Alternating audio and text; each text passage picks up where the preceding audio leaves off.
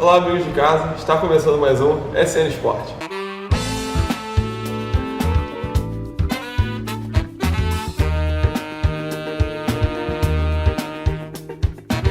E no programa de hoje estou aqui com meu amigo Diogo Latini, mais uma vez. Muito obrigado, Diogo. E como vocês bem sabem, o Campeonato Brasileiro chegou ao seu fim, consagrando o Palmeiras o primeiro decacampeão brasileiro. E os times cariocas não caíram, né, Diogão? Não caíram, o Fluminense e o Vasco conseguiu se segurar ali. Eu, na verdade, primeiro, prazer novamente estar participando aqui com todos os nossos telespectadores aí do SN Sport, estar aqui podendo falar um pouquinho dos clubes cariocas e o que nós vimos falando nos últimos programas realmente aconteceu. Já em 5 ou 6 programas atrás, a gente já afirmava o Palmeiras campeão. E no último programa, nos 2 últimos programas, a gente também já afirmava que não cairia nenhum time carioca. Foi o que realmente aconteceu. Mas foi um campeonato muito turbulento, principalmente para Vasco e Fluminense. Na reta final aí, Botafogo ainda conseguiu antes um pouquinho respirar. E para o Flamengo, um campeonato que mais uma vez aí faz uma boa temporada, não consegue o título, mas consegue a vaga para o Libertadores. E vamos começar nesse programa falando sobre o Vasco. O Vasco empatou com o Ceará, lá no Ceará, em 0-0, segurou o resultado, fez o feijãozinho com arroz. O Vasco estava ciente que se empatasse o jogo ele já estava totalmente fora. Mas foi quase. O Vasco é o primeiro time fora da zona do rebaixamento. O Vasco em 16º colocado com 43 pontos. Ou seja, na régua, fez o que precisava fazer no jogo para sair da situação. O próprio Lisca salientou isso, o Valentim também falou isso. O Vasco veio disposto a não ganhar o jogo, o Vasco veio disposto a permanecer na Série A e conseguiu, mas não conseguiu acesso à Sul-Americana. Diogo, todo esse ano conturbado do Vasco, troca de jogadores, troca de técnico, polêmica da política interna do Vasco. O que o Vasco precisa melhorar para ano que vem não passar esse sufoco que passou esse ano? Bom, primeiro dizer que, lembrando nosso amigo Léo aí, que ele disse que 42 saía. Provado aí que não. Você 42 caiu. Você afirmou que 43 se livrava na época. Então acho que o seu palpite bateu aí, deu certo. O Sport foi o primeiro ali na zona de rebaixamento, em 17º, 42 pontos.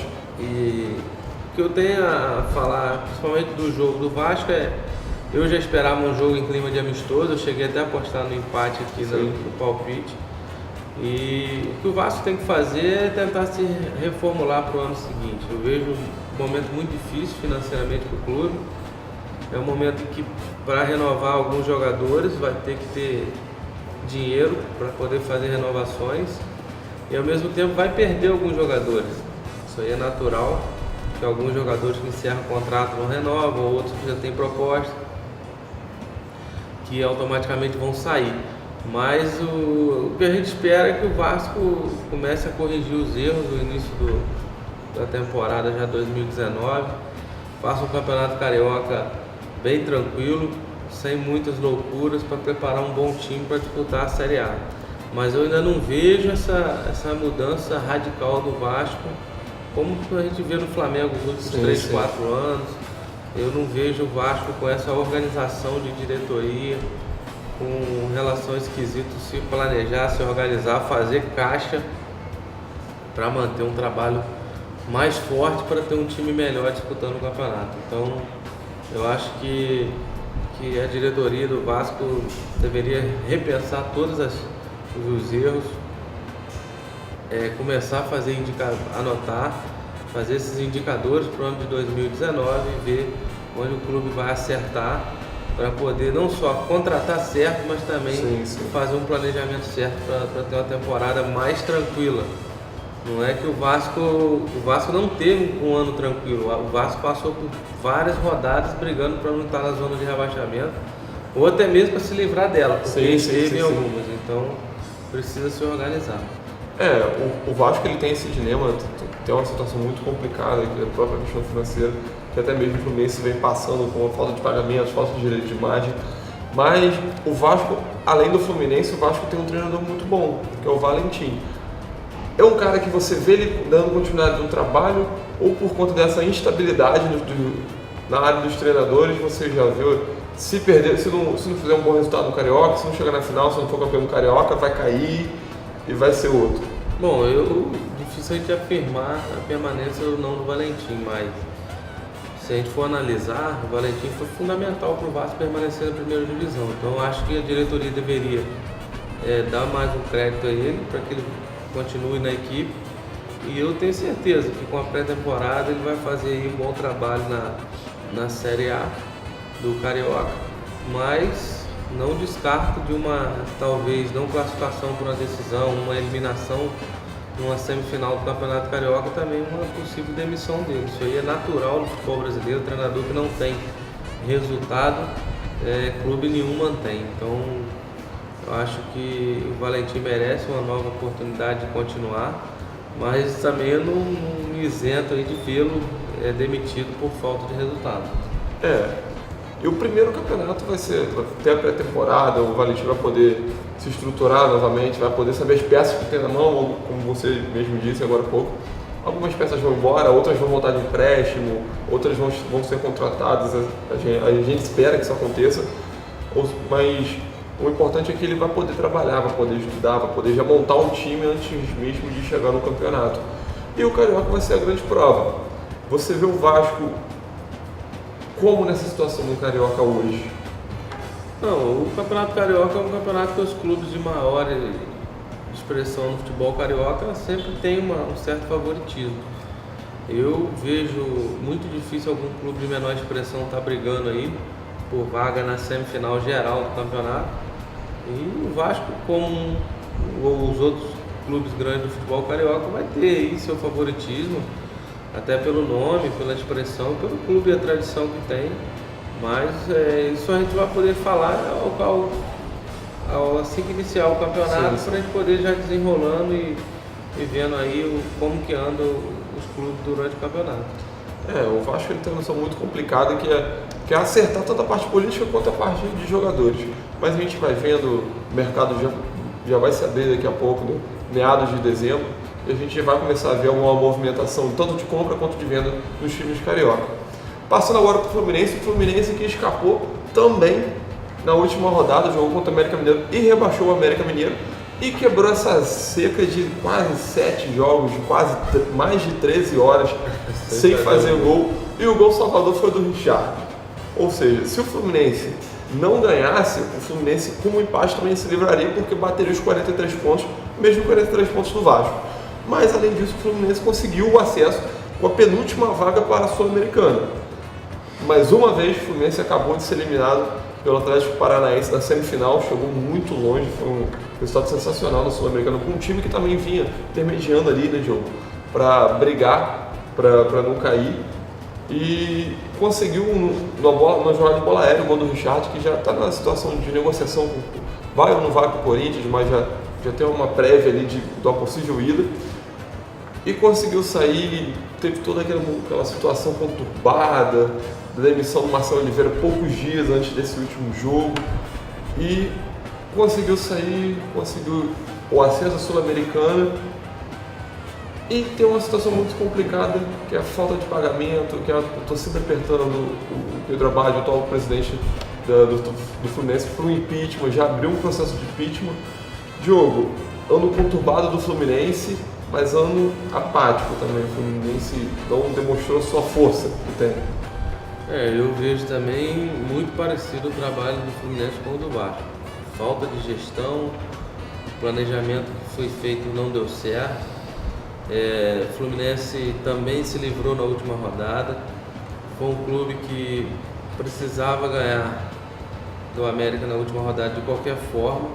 E isso para mim começou a partir do momento que o Júlio César defendeu o pênalti. Sim. O América teve a chance de abrir o placar.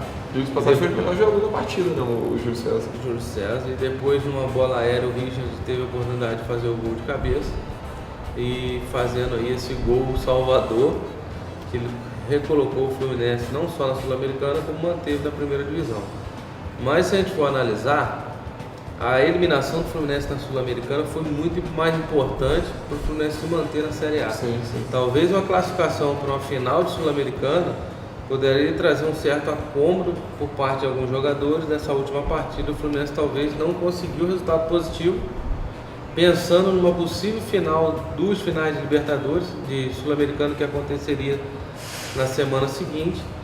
Mas essa eliminação na Sul-Americana fez com que a torcida cobrasse, fosse ao CT no treinamento e fizesse com que fosse ao estádio, cobrasse da equipe e ajudasse o Fluminense a vencer o América para se manter na primeira divisão. 45 pontos, o Fluminense está aí classificado para a Sul-Americana, uma das últimas vagas. Mas assim, não foi aquele ano para o Fluminense. Então, se a gente fosse analisar, o Fluminense ficou praticamente no meio do caminho em muitas coisas e foi uma atuação no geral de razoável para ruim, entendeu? Então não achei um ano bom do Fluminense. Precisa também se organizar, rever a questão de patrocinador master. O Fluminense está sem o patrocinador master, isso pode estar fazendo falta na questão financeira. E precisa realmente rever isso tudo para começar um 2019 forte. Como eu falei do Vasco, o Fluminense também é um dos times grandes do Rio e favorita o título do Carioca. Mas precisa se organizar, formar uma boa equipe e automaticamente vai perder alguns meninos. Alguns jogadores já vão estar de saída com propostas melhores para alguns outros clubes, outros não renovam o contrato. E tem aqueles que não vieram e não deu certo e vão acabar sendo dispensados. Então o nosso presidente Fluminense tem uma dura missão de fazer esse finalzinho de ano, esses ajustes, porque a pré-temporada já começa no início de janeiro, porque o Campeonato Carioca já começa esse ano ainda, a fase seletiva. Então tem essa rápida e dura missão de poder fazer esse novo planejamento acontecer. O Fluminense já tem algumas negociações fechadas, por exemplo, o Fluminense a partir de ano que vem já não conta mais com o Marcos Júnior. É a sua principal forma de escape em questão de contra-ataque. O Marcos Júnior foi negociado com o time japonês e vai aumentar um pouco os cofres tricolores. Além disso, o Fluminense também vem em grandes negociações, por exemplo, a negociação do Richarlison. Pingou um pouco de dinheiro, o Fluminense é uma parte na venda dele do álcool. Toda transferência internacional dele, o Fluminense vai receber. E também já tem rumores do Richarlison também ser novamente renegociado. Ou seja, mais um pouquinho de dinheiro, de pouquinho em pouquinho o Fluminense vai pagando as contas, fazendo algumas contratações pontuais que o Fluminense precisa. E até mesmo jogadores da base que são negociados. Mas tem toda essa questão de jogadores que vão ser negociados, jogadores que vão vir. O Pedro já está treinando com bola, ou seja, passagem foi o divisor de água do Fluminense. O Fluminense vinha muito bem com o Pedro, depois que o Pedro saiu, o Fluminense teve uma queda muito grande de rendimento, principalmente no ataque, não fazendo gols. E é isso, um ano muito difícil o tricolor das Laranjeiras teve, mas a gente espera as melhores, ter essa situação do Abad, se o impeachment vai acontecer ou não vai, a gente vai acompanhando. A gente acredita que esse finalzinho agora vai dar mais uma acalmada, até porque o time se manteve, provavelmente isso aí vai dar uma esfriada e eles vão ter tempo para se reorganizar e tá trazendo aí novas notícias para o torcedor tricolor. Vamos ver como é que vai ser esse ano, esse final de ano, esse início de negociações, tanto do Vasco, do Fluminense, do Botafogo e do Flamengo.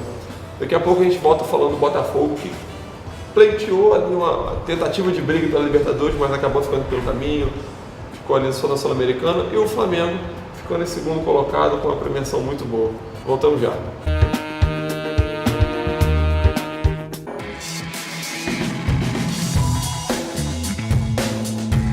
Na hora de fazer a sua carteira de motorista, você precisa ter ao seu lado a experiência da Autoescola Confiança. Aprenda a dirigir com aulas práticas e teóricas, ministradas por professores capacitados e sintonizados com as leis de trânsito. Bons motoristas saem da Autoescola Confiança.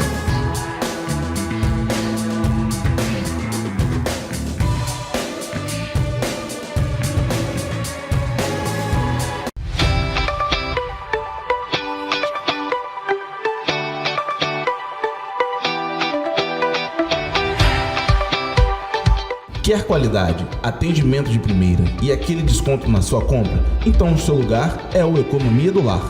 Frutas, verduras e legumes bem fresquinhos. Toda a linha de higiene pessoal e as melhores carnes do mercado você encontra aqui. Entregamos no conforto do seu lar. Do café da manhã ao jantar, compre no Economia do Lar.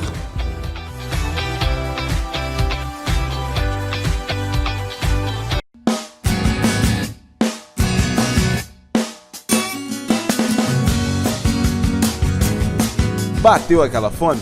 Venha para o restaurante do Betão. Comida caseira de qualidade você só encontra aqui. Variedade e bom atendimento em um só lugar. Restaurante do Betão. A melhor comida com o melhor preço. Rua Padre André Boaventura, 84, Centro Cordeiro. Peça já a sua quentinha. 981 13 19 15.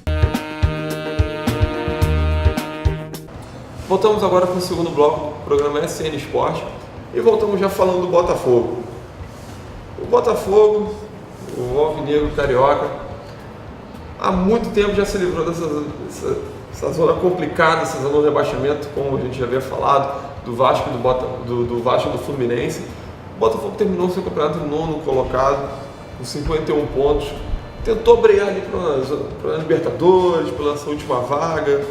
Digamos, se o Botafogo ele até mesmo ganhe não, né? Se tivesse ganhado alguns jogos anteriores, ele podia pleitear ali a 7ª colocação, tentaria brigar ali com o América, torcendo até mesmo para o Atlético Paranaense ser campeão da Libertadores e abrir mais uma vaga, mas infelizmente ficou pelo caminho, ficou nono colocado, um resultado muito bom, ficou ali na parte de cima da tabela, mas um ano que marcou muito o time do Botafogo, a despedida do Jefferson, um dos grandes ícones desse time, e a volta do Zé Ricardo como um dos principais treinadores. Digo de passagem, Zé Ricardo foi eleito por alguns dos principais jornalistas esportivos do país como o 5º melhor treinador do país,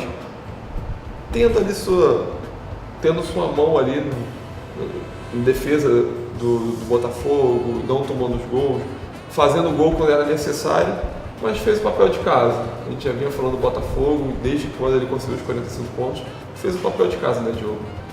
Bom, o Botafogo, eu acredito que o Botafogo começou a sair dessa zona a partir do momento do retorno do Gatito. Sim. Acho que aquele jogo com o Corinthians, que o Botafogo venceu no Engenhão, que o Gatito foi o nome do jogo, foi ali os primeiros passos que foi livrando o Botafogo da zona de rebaixamento que estava na época e fez o Botafogo chegar até essa posição que se encerrou o campeonato, podendo quase que ainda brigar por uma vaga na Libertadores. Mas, no geral, a gente sabe que o trabalho do Zé Ricardo é um trabalho muito bom, um treinador que tem muita experiência na base dos clubes em que passou, um treinador que trabalha muito o coletivo, principalmente em campos reduzidos, fazendo com que as atividades com fundamentos técnicos do futebol sejam desenvolvidas. Isso faz com que o time ganhe mais proximidade um jogador do outro dentro do campo, que tenha mais posse de bola e que erre menos. Isso pode ter certeza que ajudou o Botafogo nessa dura batalha, né, na reta final do Campeonato Brasileiro. Mas eu acredito que o Botafogo esteja hoje de férias numa situação mais tranquila do que Vasco e Fluminense, até pela colocação em que ficou. A diretoria já deve estar trabalhando também o próximo ano, todas as suas reformulações, contratações, despedida de alguns jogadores, mas eu vejo o Botafogo hoje uma situação mais tranquila. E já queria aproveitar, cara, mudando até um pouquinho do Campeonato Brasileiro, dar uma notícia para os botafoguenses, que nós tínhamos um macuquense, agora nós temos 2 macuquenses na base do Botafogo. Muito bom. Tínhamos o Bernardo, né, que já foi aí destaque do Botafogo agora. Foi vice-campeão na reta final agora do Campeonato Carioca, sub-14. E agora tivemos ontem aprovado em avaliação o garoto Toninho, que estava no Fluminense, foi para o Botafogo, foi aprovado. O Toninho vai seguir sua vida com 12 anos. O garoto de Macuco vai seguir sua vida no futebol aí, vestindo a camisa do Botafogo. Então é mais uma promessa da base aqui da região, do interior, aqui da cidade de Macuco, que vai aí poder seguir os passos aí do futebol. A gente torce para que ele possa ajudar o Botafogo a não passar momentos como passou nesse Campeonato Brasileiro daqui a 10, 11 anos aí, que ele já com certeza vai estar atuando na equipe profissional. Deixando aqui já os parabéns tanto ao Bernardo quanto ao Toninho, que seja uma carreira longa, que vocês possam dar muitos frutos e mais uma vez a nossa região serrana se fazendo presente nos grandes times aqui do nosso estado e também fora do estado. O Botafogo ele tem alguns jogadores muito bons que já tem rumores de negociação. É o caso do lateral Marcinho, é o caso do zagueiro Igor Rabelo. Você vê o Botafogo fazendo um caixa bom, um caixa gordo e contratações pontuais que ele possa ver que não venha trazer prejuízo para o time titular, ou você vê o Botafogo também, assim como você falou, o Zé Ricardo trabalhando mais a base, também aquela garotada que vai subir da Copa São Paulo. Eu não espero o Botafogo fazendo contratações muito assim extraordinárias não, tipo no ano em que o Botafogo trouxe o Sidorf, por exemplo.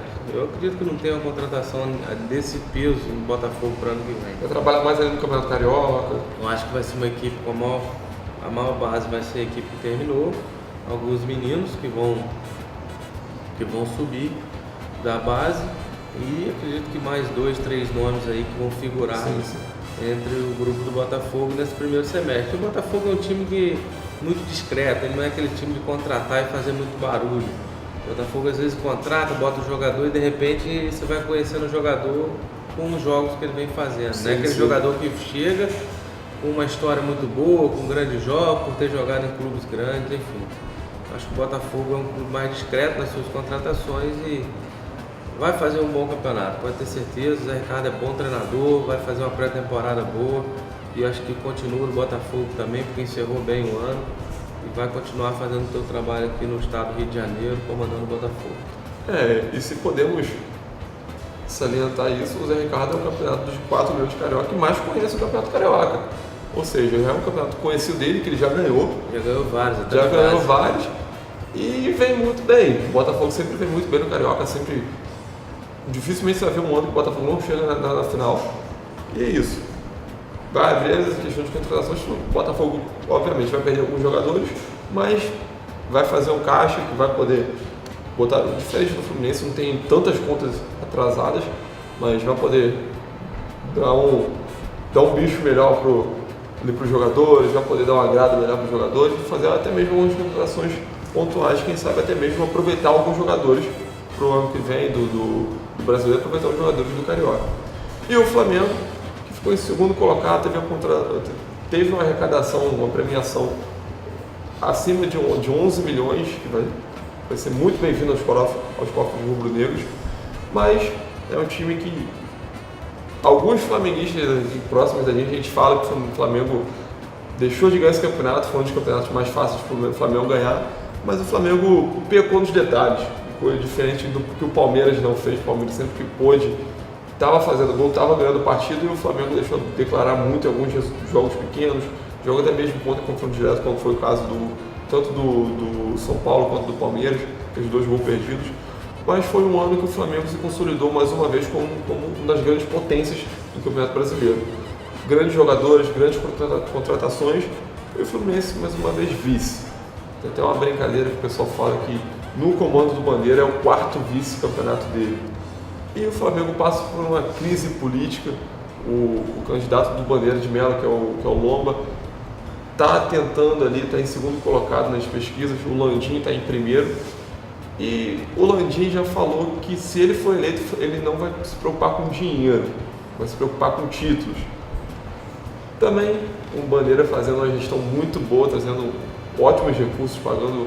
O Flamengo deixou de ser o mais devedor para ser o 13º maior devedor dos times do Brasil. Mas é um time que a gente pode esperar mais uma vez para brigar pelo título ano que vem? Bom, o Flamengo tem uma base muito sólida, o Flamengo tem um elenco grande. Eu acho que alguns jogadores vão sair, sim. Uns que não deram certo. Eu acredito que o Marlon Moreno não renove. A gente já vê outros jogadores, como o Paquetá mesmo, que já estava vendido. Esse ano já perdeu o Vinícius Júnior, já perdeu o Viseu.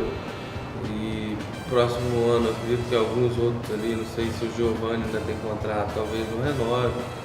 Enfim, alguns outros jogadores que possam estar chegando. Já existe aí a conversa do Rodriguinho, do Corinthians, Do Gabigol, do Santos. do Gabigol, possam estar figurando na equipe do Flamengo, mas nada de concreto ainda.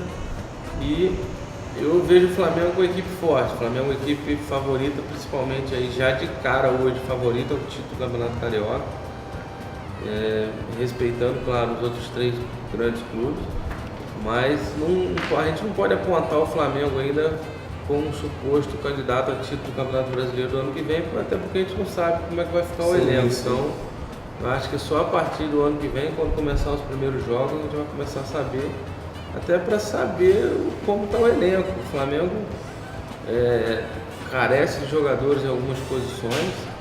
Um clube como o Flamengo, brigando para ser campeão brasileiro, não pode, em momento nenhum, improvisar jogadores em certas posições. Isso aconteceu nesse campeonato. Sim. Até mesmo na rodada final, na rodada das finais ali, por exemplo, do Léo Duarte na lateral direita. Então, assim, são coisas que aconteceu e que não é para acontecer com um time que está brigando por título. Então, eu acredito que, se não for por opção tática, é por falta mesmo de opção técnica, de ter um outro jogador ali da mesma posição. Mas o Flamengo precisa aí também repensar os erros, porque teve erros, teve detalhes que atrapalhou o Flamengo chegar ao título. E isso, se não for corrigido, vai ficar todo ano batendo na trave, batendo na porta. E os adversários vão continuar falando que ficou no cheirinho, Mas zoando. E o presidente aí dos vice-campeonatos, bandeira de Melo, e isso vai sempre acontecer. Então, tem que corrigir detalhes. O time, quando chega no patamar do Flamengo, que briga com grandes clubes do futebol brasileiro, ele precisa de corrigir os erros, porque os erros desses clubes já são pequenos detalhezinhos que estão vencendo os jogos. Então isso tem que ser corrigido. E o Flamengo, diferente dos outros times, quer dizer, diferente não, a diferença do Botafogo e do Vasco, porque o Fluminense entra nesse impasse. O Flamengo, o contrato do Dorival Júnior acaba no final do ano, dia 31 de dezembro. O Flamengo está sem técnico. E o Flamengo, tecnicamente, está sem técnico. Alguns torcedores pedem a permanência pela ótima campanha que o Dorival Júnior fez no Flamengo, mas o principal sonho do Flamengo era o Renato Gaúcho. O Renato Gaúcho, ele renovou o contrato com o Grêmio e agora o principal sonho do Flamengo, mais uma vez, é o Abel Braga. O Abel Braga já falou que dos times que estão atrás dele, Flamengo, Santos, até mesmo São Paulo, deu uma consolidada nele.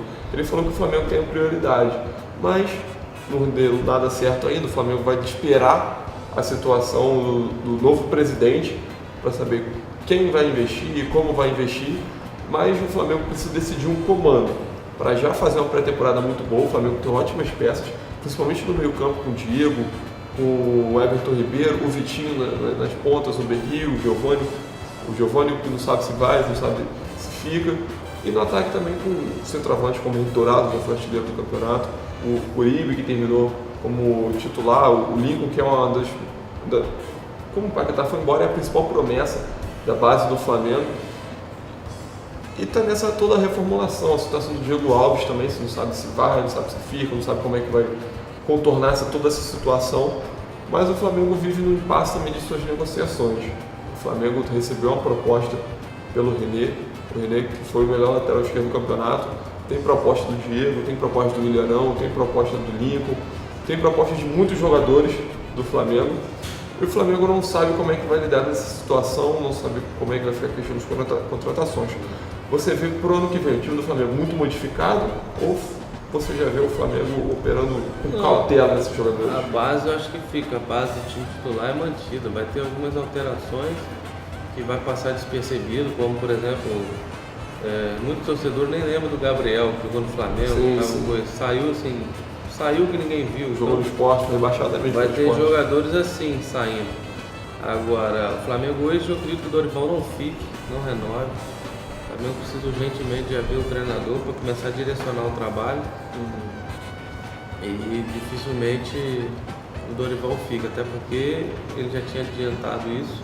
E ele já deve ter uma palavra com outro clube no ano que vem para poder ter adiantado já essa questão. E ao mesmo tempo eu vejo aí o Abel como um bom nome. Mas falta saber se vai acertar salário, vai aceitar a proposta e comandar o Flamengo. Se não aceitar, tem que correr atrás de outro para poder estar aí comandando a equipe do Flamengo, né, que está aí hoje, para mim, favorito ao título carioca, mesmo perdendo alguns jogadores, pelo elenco que tem. O Flamengo ele se dá muito esse luxo de ser um dos principais times do Brasil, não só do Carioca, mas como do Brasileirão, por toda a sua infraestrutura, por todo o seu planejamento. O Bandeira de Melo, por mais que ele foi 4 vezes vice, ele tem uma peça fundamental no Flamengo.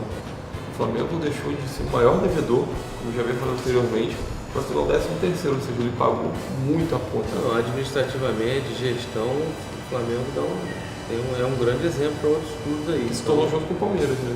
Então isso a gente não pode questionar, só que às vezes não só isso ganha título, quem ganha título é dentro de campo. Tem que ter planejamento para dentro do campo também, contratações, um bom elenco para ganhar título. Porque o torcedor vive de título, se o Flamengo for campeão, o torcedor está feliz e vai apoiar. Obviamente. Entendeu? E propriamente o Bandeira de Melo já é muito criticado por essa falta de títulos. Porque, por exemplo, o Flamengo esse ano sequer ganhou o Campeonato Carioca. O Flamengo chegou na Libertadores, foi eliminado nas quartas, chegou no Brasileiro, ficou em segundo colocado, foi eliminado, se não me engano, na semifinal, ou na final, não lembro agora. A Copa do Brasil. Na semifinal da Copa do Brasil, no Carioca, não foi.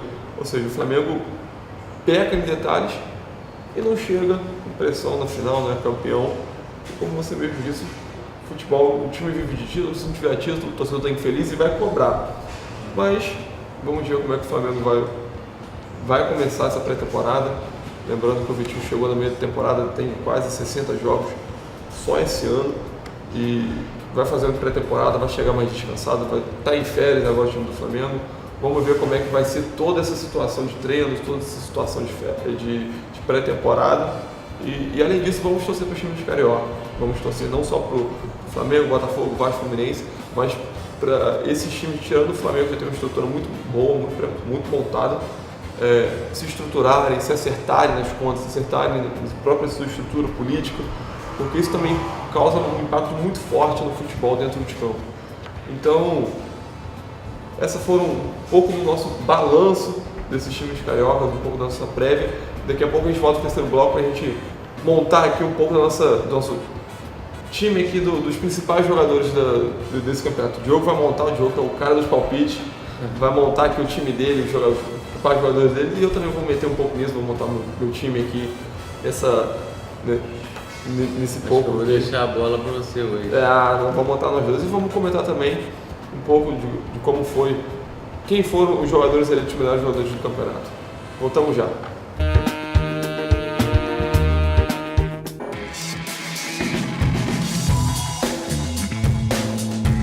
Na hora de fazer sua carteira de motorista, você precisa ter ao seu lado a experiência da Autoescola Confiança. Aprenda a dirigir com aulas práticas e teóricas, ministradas por professores capacitados e sintonizados com as leis de trânsito. Bons motoristas saem da Autoescola Confiança.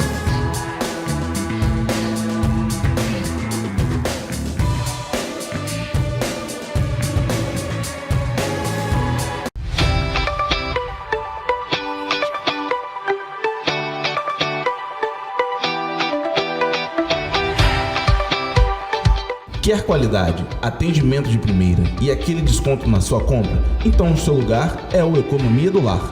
Frutas, verduras e legumes bem fresquinhos. Toda a linha de higiene pessoal e as melhores carnes do mercado você encontra aqui. Entregamos no conforto do seu lar. Do café da manhã ao jantar, compre no Economia do Lar.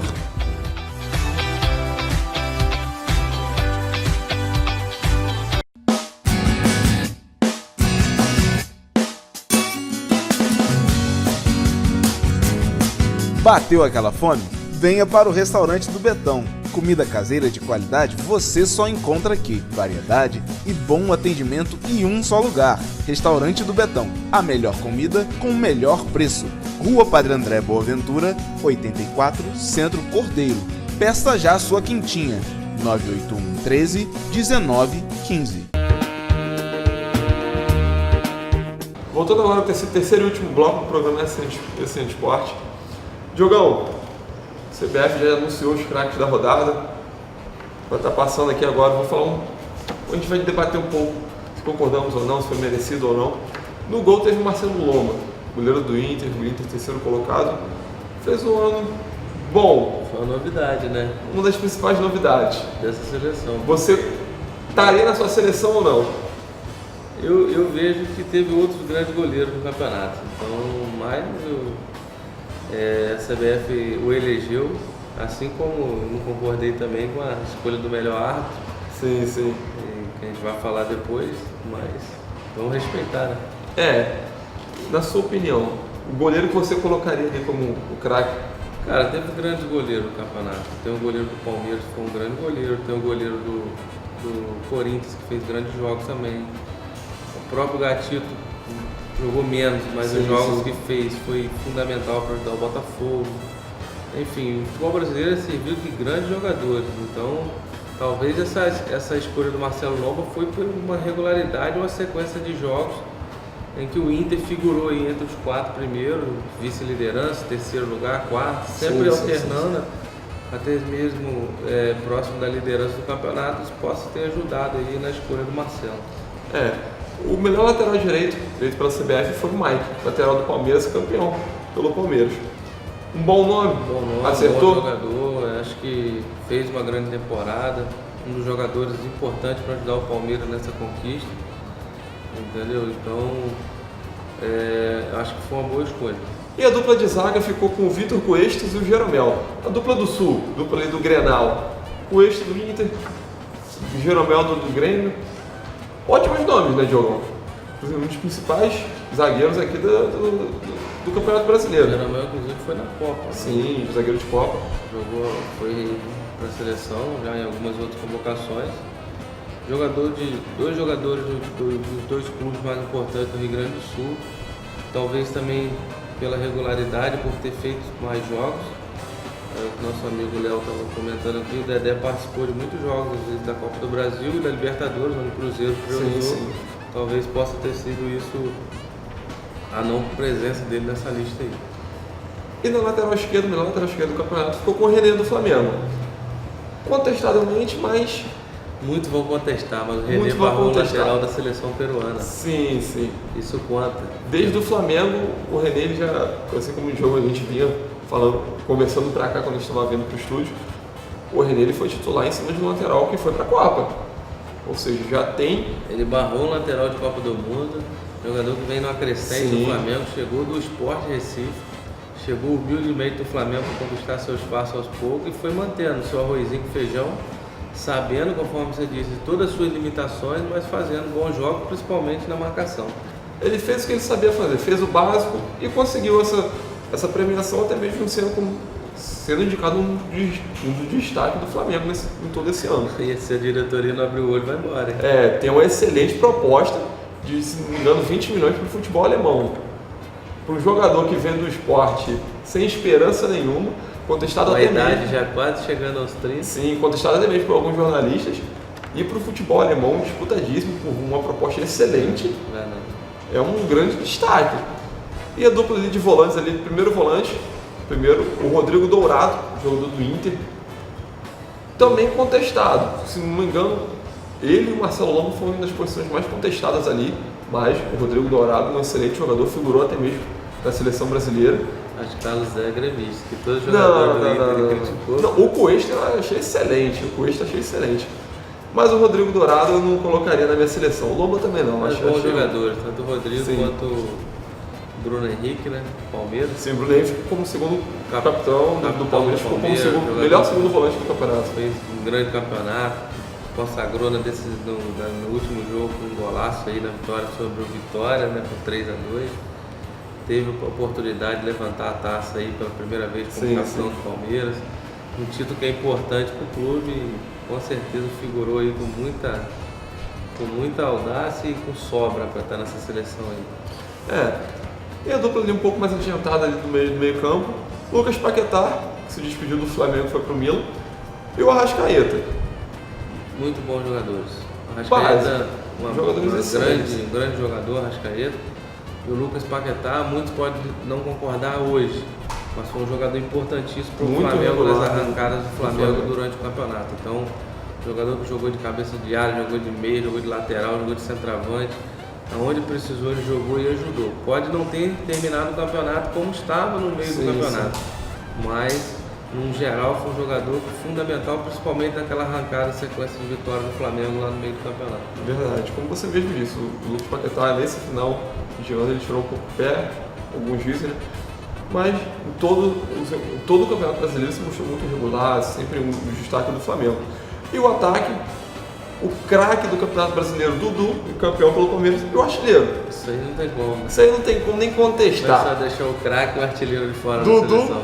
e Gabigol. Não tem nem o que falar, né? Só dar parabéns pelo artilheiro e pelo craque do campeonato. E o técnico, Luiz Felipe Scolari. Técnico campeão, isso aí é normal. Todo treinador, o melhor treinador de todo campeonato, geralmente é o campeão. Então, essa aí já era esperada. Além de ser campeão, 21 partidas invicto, sem perder. Não tem nem o que falar. Bom trabalho. O Filipão é contestável o trabalho dele no Palmeiras hoje. Um cara que se identifica com o clube. Sim. Tem assim, já teve passagens anteriores no Palmeiras. Foi o Palmeiras que o projetou e levou a seleção brasileira, onde foi campeão mundial. Então, acho assim, muito bom o trabalho do Filipão no Palmeiras, claro, com todas as condições que a diretoria deu, de contratações, de trabalho, enfim, de tudo. Com patrocinadores fortes no Palmeiras, que fizeram o Palmeiras ser muito mais forte. Sim. E voltar ao lugar que o Palmeiras merece, que é ser campeão brasileiro, fazer parte da história do futebol brasileiro e com grandes títulos. O Palmeiras é um clube forte do futebol paulista e merecedor dessa conquista. O Filipão, ele é multicampeão, ganhou por todos os campeonatos que ele passou, ele ganhou um título e consegue credenciar a sua ida, digamos, ao hall da fama dos melhores treinadores que já passaram tanto pela seleção brasileira quanto pelos times do nosso Brasil.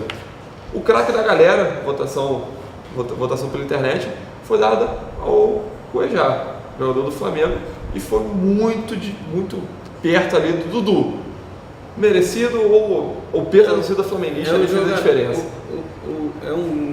Claro que a torcida ajudou, mas é um jogador que identifica com a torcida. Sim, Jogador de muita raça, de muita vontade, e isso faz com que o torcedor goste de jogadores assim. O futebol brasileiro tem essa característica, principalmente no Sul. O jogador que joga lá no Sul, que é um jogador com muita vontade, com muita garra, aquele jogador que luta os 90 minutos, mesmo perdendo o jogo, ele não se entrega, esse jogador cai nos braços da torcida. Então, foi diferente do Cuejá no Flamengo.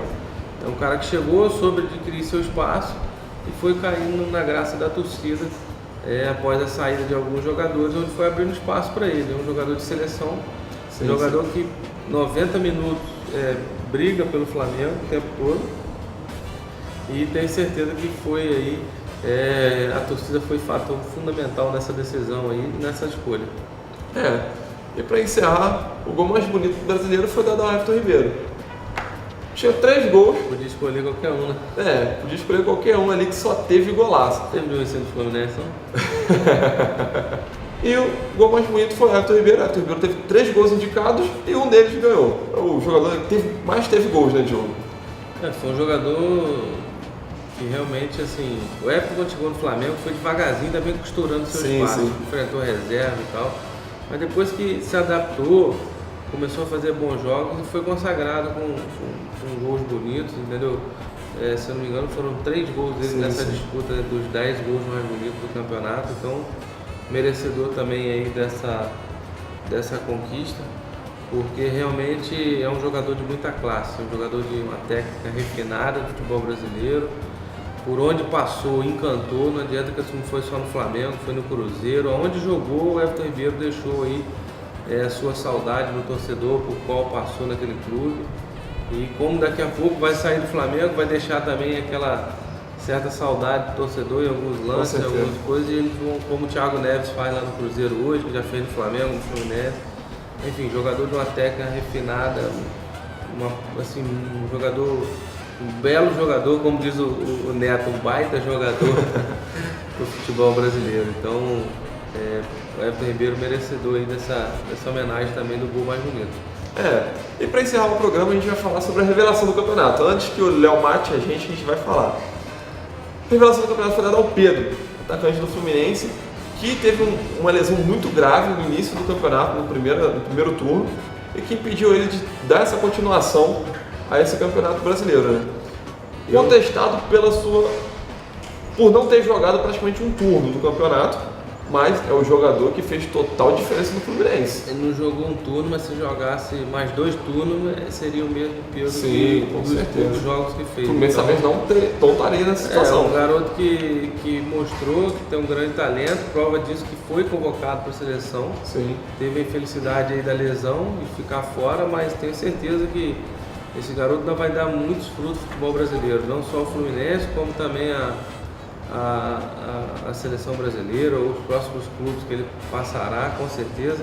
Está se recuperando e em breve vai estar voltando aí para mostrar o seu futebol, o futebol brasileiro. É um cara que o futebol brasileiro às vezes carece com um jogador, sim. É um 9 de área, matador, que faz o gol. Um jogador que há muito tempo o futebol brasileiro às vezes fica procurando. Passamos por dificuldade na última Copa com o Gabriel Jesus, que não é aquele jogador de área. Sim. Teve que se jogar como jogador de área, mas não é. A característica não é de jogador de área. E a gente torce para que ele recupere logo, volte. Parabéns ao Pedro aí pela revelação do campeonato. Esse foi o balanço geral de como ficou o nosso... um pouco do nosso comentário de como ficou a seleção da CBF. Diogão, muito obrigado por sua participação mais uma vez. Suas considerações finais para suas casas. Mando um abraço para todos aí que estão nos assistindo, que participaram com a gente do programa SN Esporte. Tenho certeza que a gente vai continuar trazendo boas notícias aqui para os tricolores, vascaínos, botafoguenses, flamenguistas, que a cada dia eu fico aí nessa ansiedade agora das contratações, vai e vem no mercado e com certeza do início da próxima temporada, que já tem gente sentindo falta dos jogos aí no meio de semana e aos domingos. Fica tranquilo que o Carioca já está chegando. Então é isso, o programa SN Esporte fica por aqui, mas antes de finalizar o programa, a gente vai ver uma entrevista super bacana com o Léo do Muay Thai. Fica aí.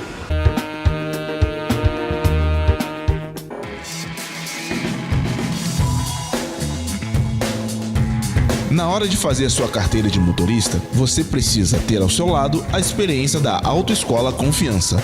Aprenda a dirigir com aulas práticas e teóricas, ministradas por professores capacitados e sintonizados com as leis de trânsito. Bons motoristas saem da Autoescola Confiança.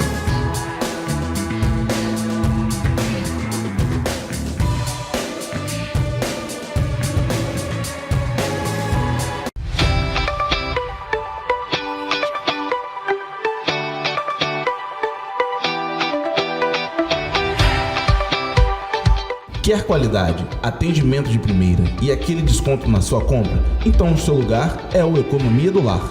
Frutas, verduras e legumes bem fresquinhos. Toda a linha de higiene pessoal e as melhores carnes do mercado você encontra aqui. Entregamos no conforto do seu lar. Do café da manhã ao jantar, compre no Economia do Lar.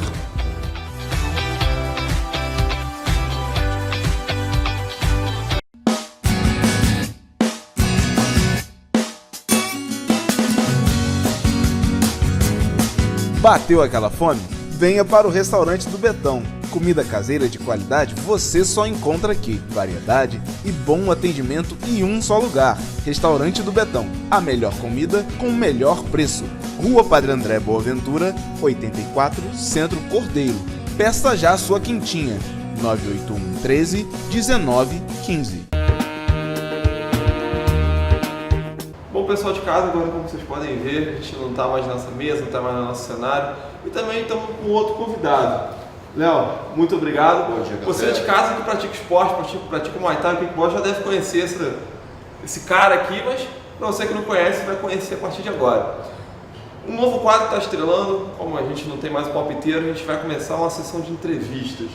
E o primeiro cara aqui do nosso programa é esse ícone do esporte, ícone da luta aqui da nossa região. Quem nunca fez uma aula de Muay Thai experimental, kickbox, o Léo, né? Léo, muito obrigado mais uma vez. Obrigado por você estar aqui. Primeira coisa, para acabar com essa dúvida, até mesmo a minha, qual a diferença do kickbox para o Muay Thai? Bom, Casé, agradeço muito aí a oportunidade à TV Serra Norte. A grande diferença do Muay Thai para o kickboxing são os golpes, a nomenclatura e a forma que se insere a aula. Muay Thai significa estilo livre, Mui de estilo Thai de Tailândia, terra livre e nunca governada. Kickboxing, boxear chutando. Outra diferença que se faz é que Muay Thai é arte marcial, kickboxing é luta. E o que você pode me dizer isso? Mas as duas envolvem soco e chute? Sim, porém, a arte marcial, ela tem uma tradição, ela é milenar. Então, o Muay Thai, ele vem da península de Yunnan, na China, e que depois se transformou na terra da Tailândia. Com isso, se derivou 4 estilos de Muay Thai mais conhecidos e, para não se alongar muito, o que mais se pratica é o Muay Thai Shaya. É o que nós praticamos, o mais conhecido. Porém, o Muay Thai, ele deriva do Krav Krabon, que é uma arte milenar tailandesa de defesa de guerra, com espadas. Após isso, foi-se colocado o Muay Boran, que foi justamente a defesa quando havia do guerreiro a perca da espada. A partir daí, em torno de 1900, 1920, houve o Muay Thai de competição, que é justamente esse que é mais difundido, é mais praticado. Então, a graduação do Muay Thai ela é feita por Khan. Depois existe o Prajé, que é que tem aquela justamente. Só que na Tailândia, para nós ocidentais, nós usamos a cor preta. Na Tailândia não existe a cor preta, porque quando um lutador ou um morador da Tailândia coloca um Prajé preto, ele significa que ou há alguém de luto na família, ou há alguma coisa ruim acontecendo. Sim. Então, as cores da Tailândia são totalmente diferentes. A regra do Muay Thai, ela é totalmente diferenciada. Então, o Muay Thai tradicional, que eles chamam, e que erroneamente se diz, Muay Thai tradicional, ele é único. É tradicional devido ao Muay Thai e suas tradições. Sim, então, você precisa fazer o Ai Kru, o Han Muay, as experiências que o povo tailandês tem, porque ele não só leva o Muay Thai como esporte, e sim como religião e cultura de um país. Um estilo de vida, no caso. Um estilo de vida, sem dúvida nenhuma. Então, o que acontece? Você, dentro desse organograma que eles têm, nós ocidentais tiramos muito da regra tailandesa, pois dentro da Tailândia você pode desferir joelhadas nas costas, cotoveladas na nuca, e isso é a tradição deles, é a regra realmente do Muay Thai. Chutes por partes internas da perna, no joelho, ataques, clinch. Então isso já diferencia para o kickboxing. O kickboxing ele é composto de 6 categorias, a começar do semi-contato, que simula como se fosse uma luta de karatê. Após nós temos o Light Continuous Contact, que é uma luta moderada, mas com chutes acima da linha da cintura. Após isso, nós temos agora, eles estão começando a colocar o Light Kick e o Kick Point, que são modalidades mais amenas, para que se tente colocar o kickboxing nas Olimpíadas da mesma forma como o Muay Thai. Sim, sim. Então, foram agregadas, mas isso é muito recente. E depois nós temos as 3 categorias de ringue, que são Full Contact, Low Kicks e K1. Só que o K1, na realidade, para que as pessoas... eu dou aula de K1. Não, você não dá aula de K1, você dá aula de Thai Kickboxing. Sim. K1 era justamente o nome de uma modalidade, de um evento que houve no Japão, em que grandes nomes brasileiros já disputaram. Então, o K1 Rules. Então, esse K1 Rules simplesmente era o nome do evento. Sim. Mas era o antigo Thai Kickboxing, aonde agregava o quê?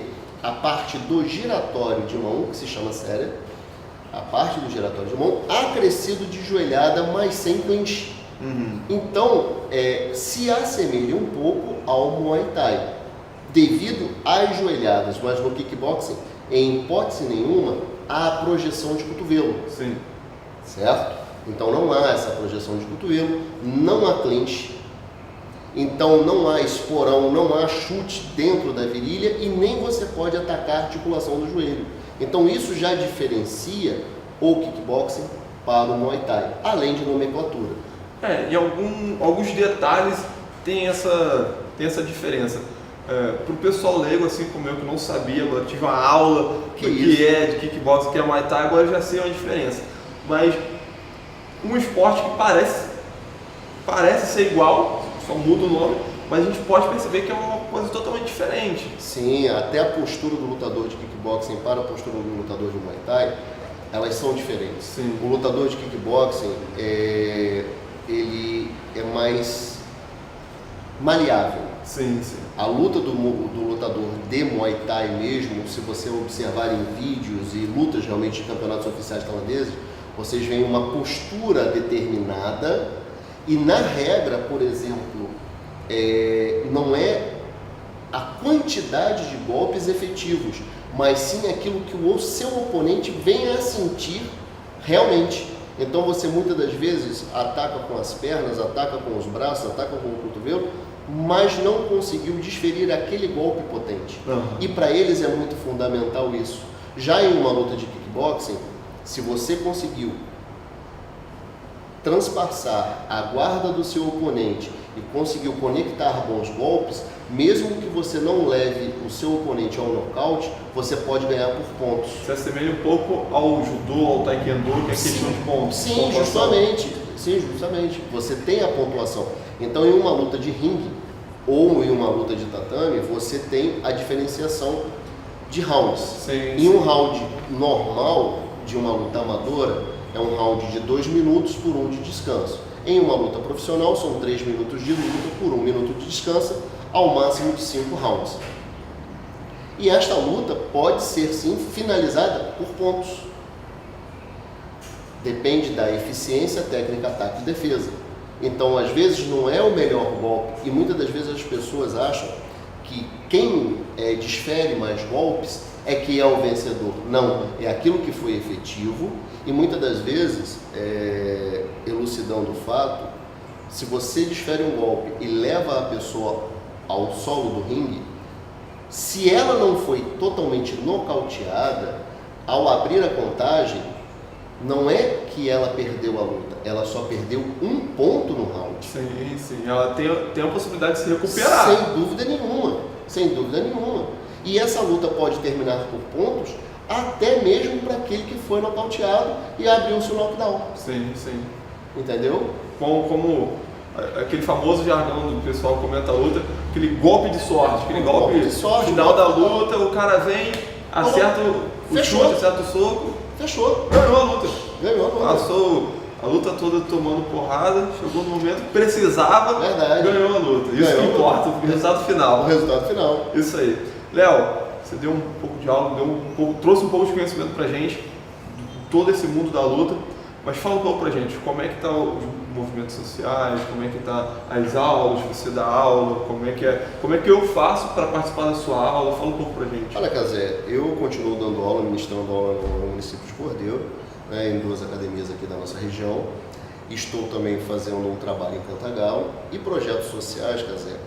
Nós temos aqui pessoas que tentam ter a boa vontade de ajudar, infelizmente não pelo Poder Executivo, né, porque nós atravessamos uma grande crise e muitas das vezes nós não temos a visibilidade devido ao esporte. Né? As pessoas não conseguem entender que o esporte ele engloba a questão social, a questão salutar, entre outras coisas. É mesmo disciplinar, né? Justamente, e poderíamos ter uma parceria muito maior e você agregar valores. Então, hoje eu continuo trabalhando com crianças, gosto muito desse trabalho que faço, ministro aulas sim, eu tenho 2 academias aqui no município de Cordeiro, a qual eu faço esse trabalho e será sempre muito bem-vindo, o dia que quiser fazer uma visita. Pode deixar. E com isso, esses projetos eu espero ter um fomento maior da iniciativa privada para que possamos atingir um público muito maior E dentro desse projeto, não é você ensinar, e gostaria de desmistificar essa situação, você não ensina soco e chute. Soco e chute é qualquer coisa. Arte marcial é disciplina, seriedade, regra, caráter. Então, uma série de outras situações. Então, eu vejo que a arte marcial ela pode sim despontar talentos. E na nossa região aqui nós temos vários. O que falta é o incentivo. Sim. Tá? Então, a nível de projetos seria isso, e a nível de aula. Graças a Deus nós estamos tendo essa oportunidade ainda de continuar o trabalho. E como atleta, né, eu sou atleta profissional de kickboxing, no ano de 2019 eu terei 3 eventos muito importantes. Muito bom. Muito bom. Eu tenho o cinturão latino-americano a disputar na cidade do Peru, em Lima, no dia 29 de março. E espero, né, poder contar com o apoio, né, da iniciativa privada. Ao passar esse cinturão latino-americano pela WKB, World Kickboxing Bettinelli, que é sediada na Argentina, a qual eu estou representando aqui no Brasil, teremos o cinturão gladiador em Minas, que será disputado no Mineirinho, e a equipe brasileira será composta não só por mim, mas como outro grande atleta, o Leonardo Melo, que também é do município de São Gonçalo, que também estará disputando o cinturão profissional na categoria de Full Contacts e eu na categoria absolutos Low Kicks.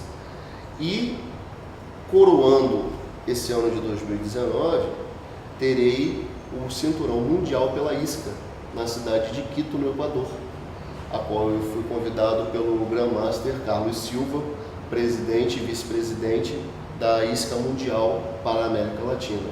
Muito bom. A gente pode ver que você veio com um casaco da Rio 2016. No caso que a gente estava falando em off, o kickbox é um esporte de luta, como toda a Confederação Olímpica, ela está começando a envolver alguns esportes, por exemplo, na próxima Olimpíada já vai ter o skate, o surf, está começando a trazer esportes para cada vez mais acrescentar. Sim. A possibilidade do jiu-jitsu daqui a uns anos, e a gente falou um pouco do kickbox. Você vê o kickboxing ganhando espaço, abrindo portas, e com essa passagem para as Olimpíadas se tornando um esporte olímpico, você vê uma adesão maior das pessoas? Acredito que sim. Acredito porque a cada vez que você coloca um esporte, né, através da Tafisa, para um esporte olímpico, e sem dúvida nenhuma a abrangência se torna muito maior, porque as pessoas têm uma credibilidade maior. O kickboxing, por exemplo, hoje ele é praticado em mais de 120 países. Então nós temos aí uma possibilidade muito forte com grandes nomes do esporte. Sim. Para que isso realmente venha se fomentar e venha futuramente a você ver o kickboxing despontar em uma Olimpíada. Porque a grande preocupação de todo o Comitê Olímpico é a segurança do esporte. Sim, com certeza. Tá? Então, hoje, por exemplo, o boxe é olímpico, o judô é olímpico, o karatê é olímpico, o taekwondo é olímpico, mas o kickboxing também, por ser uma vertente e ter muitos adeptos, eu acredito que futuramente o kickboxing também será olímpico. Não é? Talvez eu não consiga jamais atingir a essa geração, mas os novos atletas, os novos competidores... Mas você como atleta, não, às vezes um aluno seu sim, possa vir sem dúvida nenhuma. competir. E eu tenho aqui no município de Cordeiro atletas que já são campeões brasileiros, campeões estaduais, que figuram no cenário nacional como tal. E devido à sua linha, né, esse seu tempo hábil como atleta, acredito eu que eles possam vir a chegar a isso. Sim. Mas para que tudo isso aconteça, só através de muito treino, muito esforço e, sem dúvida nenhuma, Casé, a ajuda de terceiros. Com certeza. O investimento... O nosso esporte ele passa por uma situação muito complicada. A gente vê que os principais esportes no país, o vôlei, o basquete, o futebol principalmente, tem muito investimento, mas a gente acaba esquecendo que a Olimpíadas não é só de 4 em 4 anos. Tem todo o treinamento, tem toda a preparação. Ou seja, ser um atleta no Brasil, se não for no esporte do futebol, vôlei, basquete, é muito difícil. Sim, sem dúvida nenhuma. Então, você que é da iniciativa privada, se quiser apoiar o Léo, né, nesses campeonatos, Se você quiser apoiar essa criançada toda, se você quiser apoiar esses movimentos, esses projetos, entre em contato com a gente, entre em contato com o Léo, a gente vai estar super à disposição para ajudar vocês. E é isso aí, a gente vai ajudando cada vez mais o esporte. Léo, muito obrigado. Obrigado pelo Boa sorte, a gente vai estar acompanhando aqui, a gente vai estar monitorando você nesses campeonatos. Fique com Deus, muito obrigado. Esse foi um pouco do SN Esporte e até mais.